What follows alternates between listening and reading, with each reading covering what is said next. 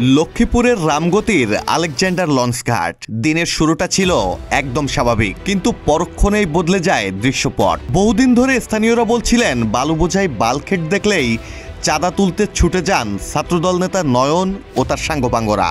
রাজনৈতিক পরিচয় ভুয়া ইজারা, সব মিলিয়ে ঘাট যেন ভয় আর আধিপত্যের এলাকা হয়ে উঠেছিল। মঙ্গলবার সকাল 11টার দিকে হঠাৎ খবর ছড়িয়ে পড়ে আজ নাকি ছাত্রদল নেতার টাকা তোলার বড় মিশন চলছে। বিষয়টি জানাজানি হতেই লঞ্চঘাটের নজরদারি ও তৎপরতা বাড়ায় কোস্টগার্ডের রামগতি কন্টিনজেন্টের সদস্যরা। আর তারপরই ঘটে সেই কাঙ্ক্ষিত মুহূর্ত। অবৈধ রশিদ সহ হাতে নাতে ধরা পড়েন ছাত্রদল নেতা তৌহিদুল ইসলাম নয়ন। তার দুই সহযোগী আহাদ ও ইকবলও আটক হয় ঘটনাস্থলেই। কোস্টগার্ড জানায় জিজ্ঞাসাবাদে নয়ন নিজেই চাঁদাবাজির কথা স্বীকার করেছে। এ ঘটনায় মামলা দায়ের শেষে থানায় সোপর্দ করা হয়েছে চাঁদাবাজ নয়ন ও তার সহযোগীদের।